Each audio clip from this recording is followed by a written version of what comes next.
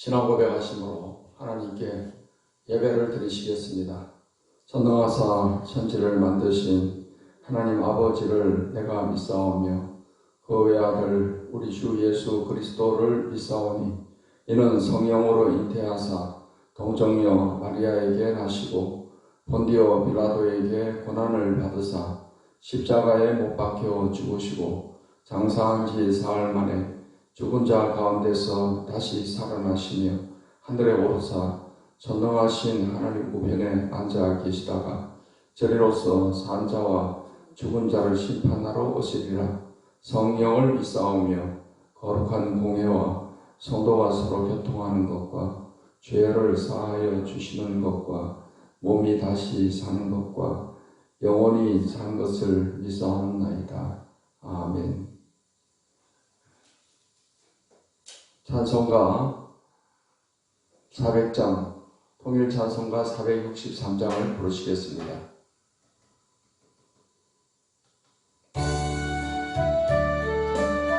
험한 시험물 속에서 나를 건져주시고 험한 시험물 속에서 나를 건져주시고 노한 풍랑 지나도록 나를 숨겨주소서. 주여 나를 돌보시 사랑도 이끌어주시고 험한 풍파 지나도록 나를 숨겨주소서. 권세 능력 무한하사 모든 시험 이기고 풍랑까지 다스리는 주님 앞에 비오니 주여 나를 돌보시 사랑도 이끌어주시고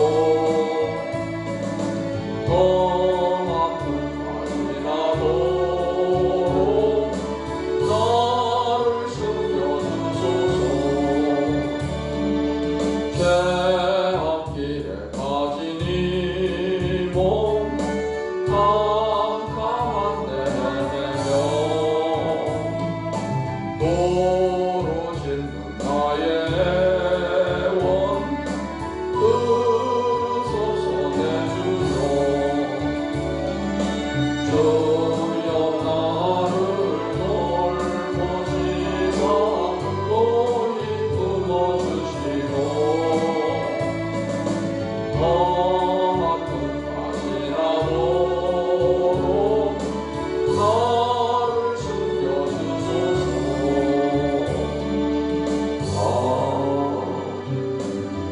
아멘.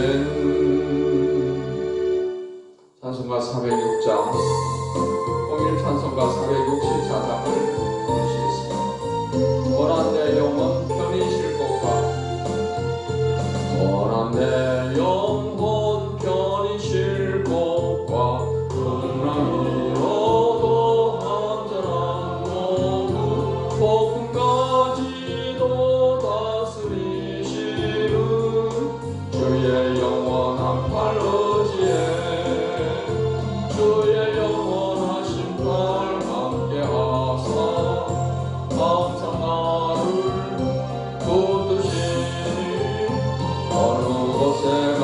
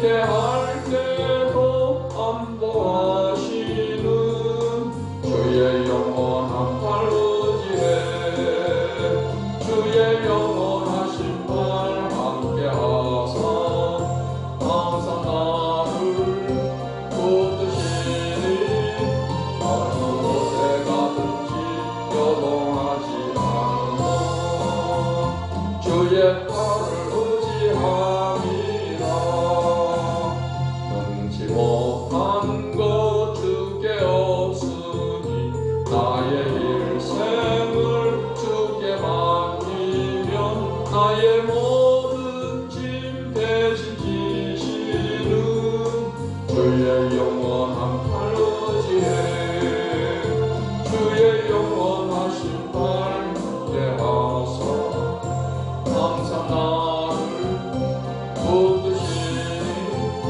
어느 곳에 가든지 요동하지 않으며 주의 팔을 의지함이라.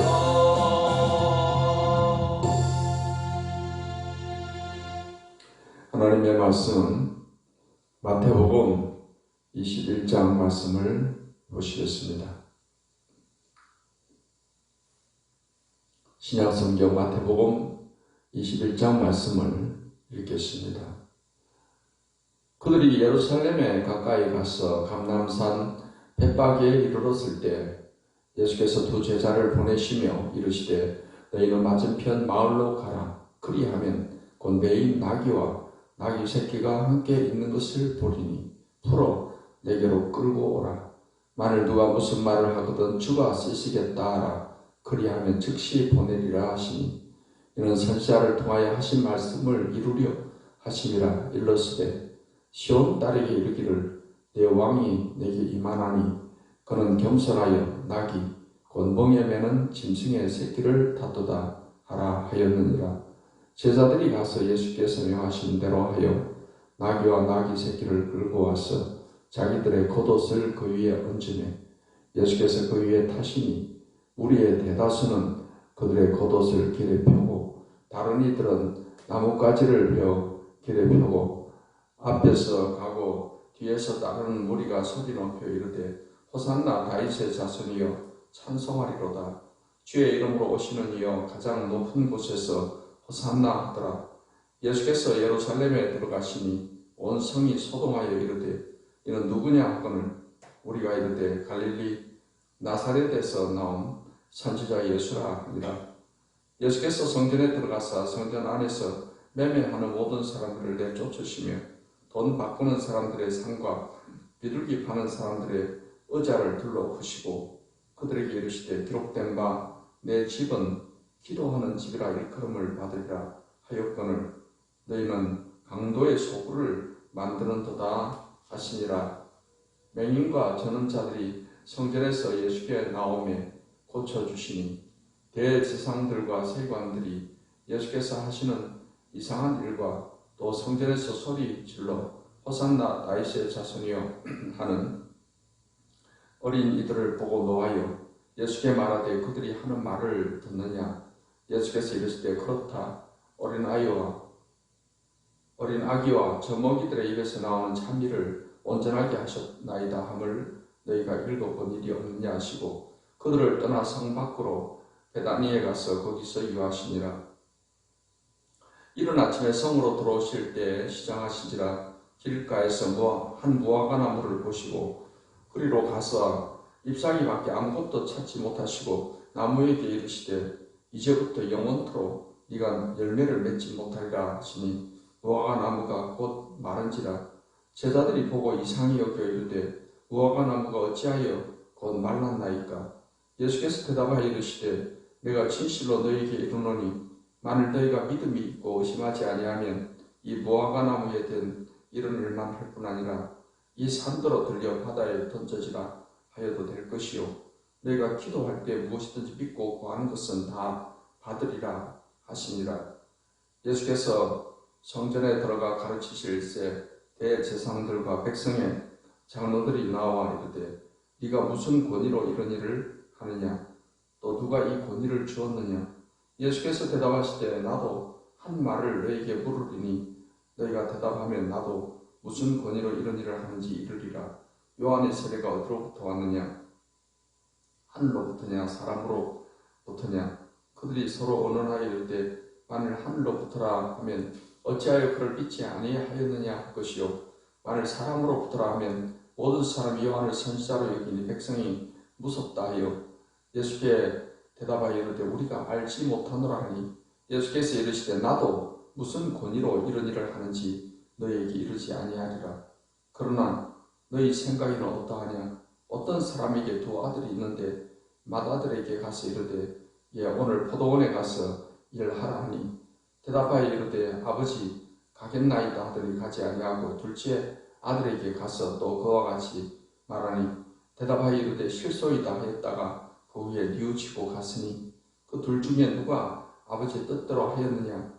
이르되 둘째 아들이니이다.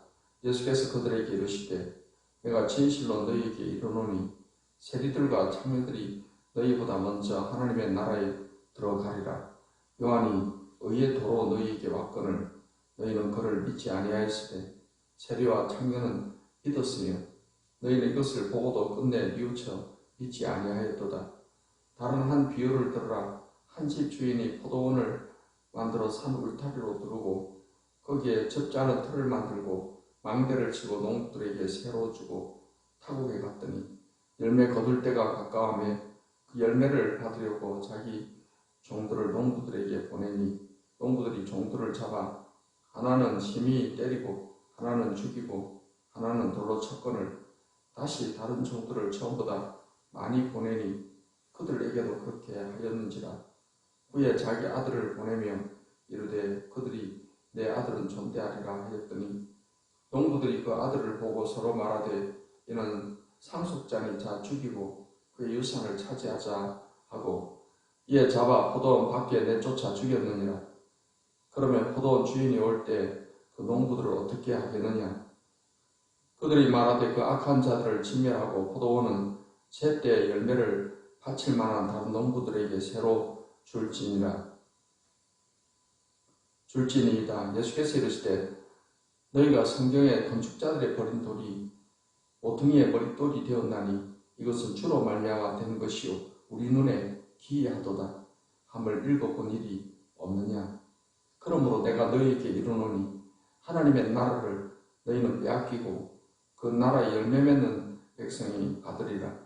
이 돌 위에 떨어지는 자는 깨지겠고 이 돌이 사람 위에 떨어지면 그를 가루로 만들어 흩으리라 하시니 대제사장들과 바리새인들이 예수의 비유를 듣고 자기들을 가리켜 말씀하시는 줄 알고 잡고자 하나 무리를 무서워하니 이는 그들이 예수를 선지자로 알미었더라. 아멘. 기도하겠습니다. 하나님 감사합니다.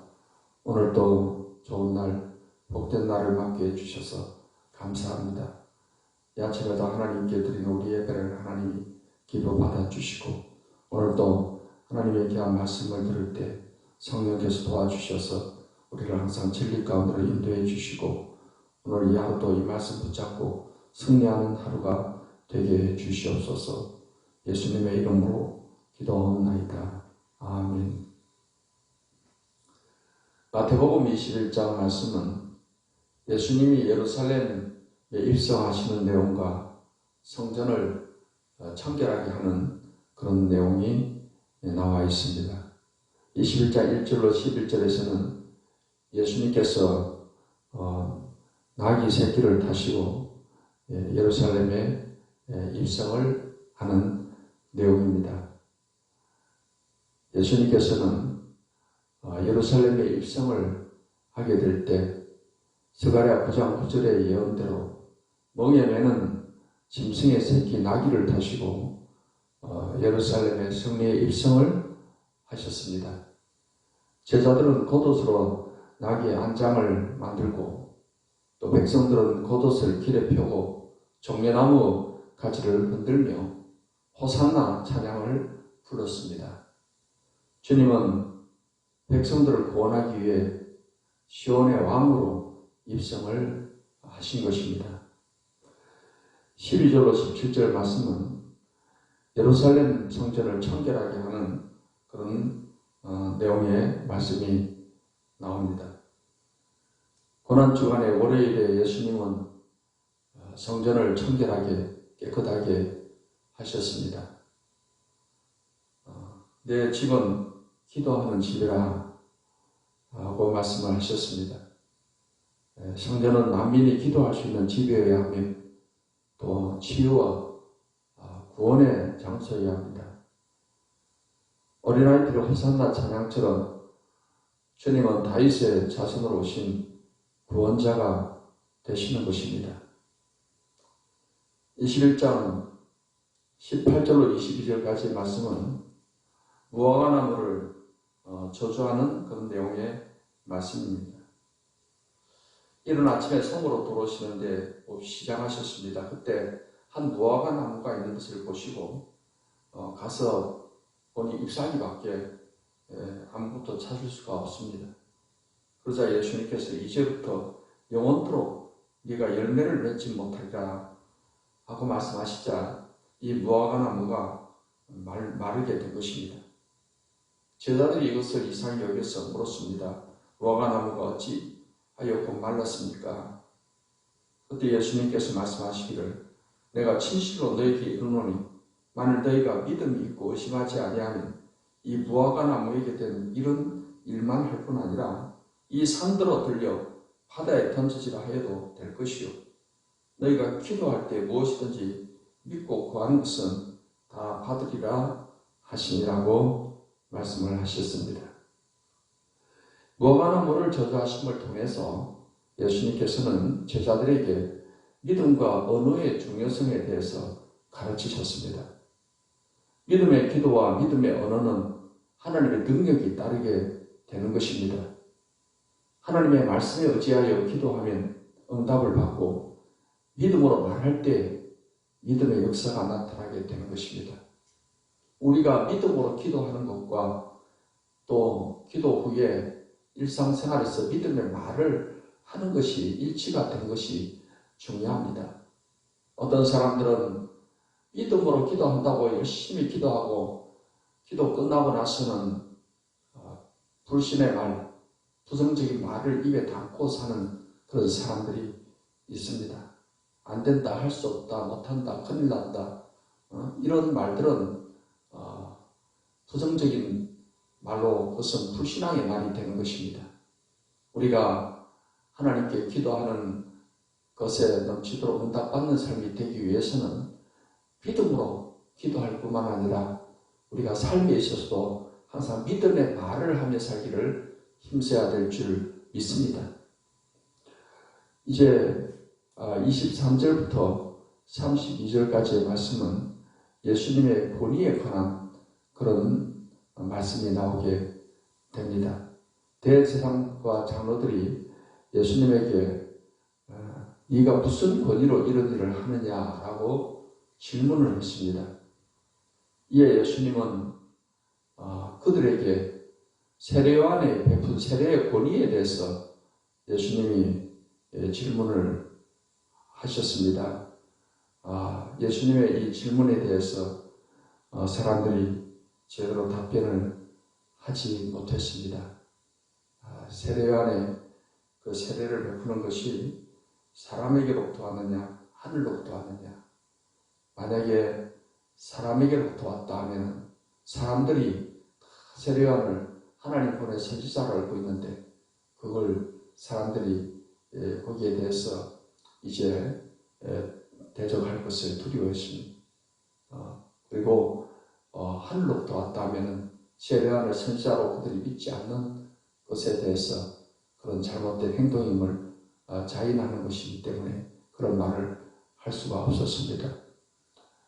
그래서 예수님께서는 그러면 나도 어디로부터 왔는지를 이르지 않겠다라고 하심으로 그들의 어떤 예수님을 시험하려는 그러한 시험을 잘 이겨내시는 모습을 보게 됩니다. 이제 21장 33절로 46절까지의 말씀은 포도 농부의 비유를 말씀을 하고 있습니다. 이제 포도는 한 집주인이 포도원을 만들고서 산 울타리를 두르고 거기에 젖자는 틀을 만들고 망대를 짓고 그리고 농부들이 새를 주고 타국에 갔습니다. 이 열매 거둘 때가 가까워서 그 열매를 받으려고 자기 종들을 농부들에게 보냈는데 한 종은 심히 때리게 되고 또 하나는 죽이게 되고 하나는 돌로 쳤습니다. 그 후에 다시 다른 종들을 전부 다 많이 보냈는데 그들에게도 역시 그렇게 했던 것입니다. 후에 이 주인은 자기 아들을 보내면서 말을 했습니다. 그들이 내 아들은 존대하리라 라고 했습니다. 그런데 이 농부들은 주인이 보낸 그 아들을 보고서 서로 말하기를 이는 상속자니 죽이고 그 상속, 그 유산을 차지하자라고 말을 했다고 했습니다.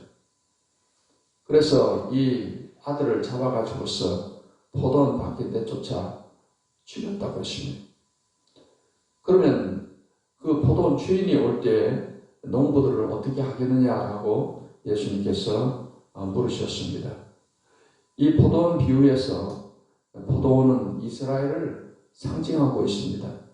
농부는 종교 지도자들이며 이 종교 지도자들인 농부들은 하나님이 보낸 선지자들을 죽이고 이제 주인의 아들인 예수님을 죽이려고 하고 있습니다. 하나님께서 이스라엘이 버린 돌, 즉 메시아를 머릿돌이 되게 하셨습니다. 불순종한 유대 종교 지도자들은 하나님 나라를 빼앗기고 그 나라에 열매 맺는 백성이 받게 된다라는 그런 말씀이 되는 것입니다. 오늘 이 말씀을 통해서 우리는 귀한 교훈을 갖고 예수님께서 이처럼 이 땅에 오셔서 왕으로서 오셨습니다. 하나님 나라의 왕으로서 또 그 왕이심을 알게 하기 위해서 나귀 새끼를 타고 입성을 하시게 된 것입니다. 예수님께서 성전을 청결케 하심을 통해서 우리의 마음 성전을 우리가 항상 청결히 해야 되고 경건한 삶을 살아야 될 것임을 말씀해 주고 있습니다. 또한 우리가 믿음으로 기도하고 믿음으로 말하는 것을 통해서 하나님의 역사를 체험할 수 있다는 사실을 우리는 믿고 항상 믿음의 삶으로서 승리하는 하루가 되어야 될 줄 믿습니다.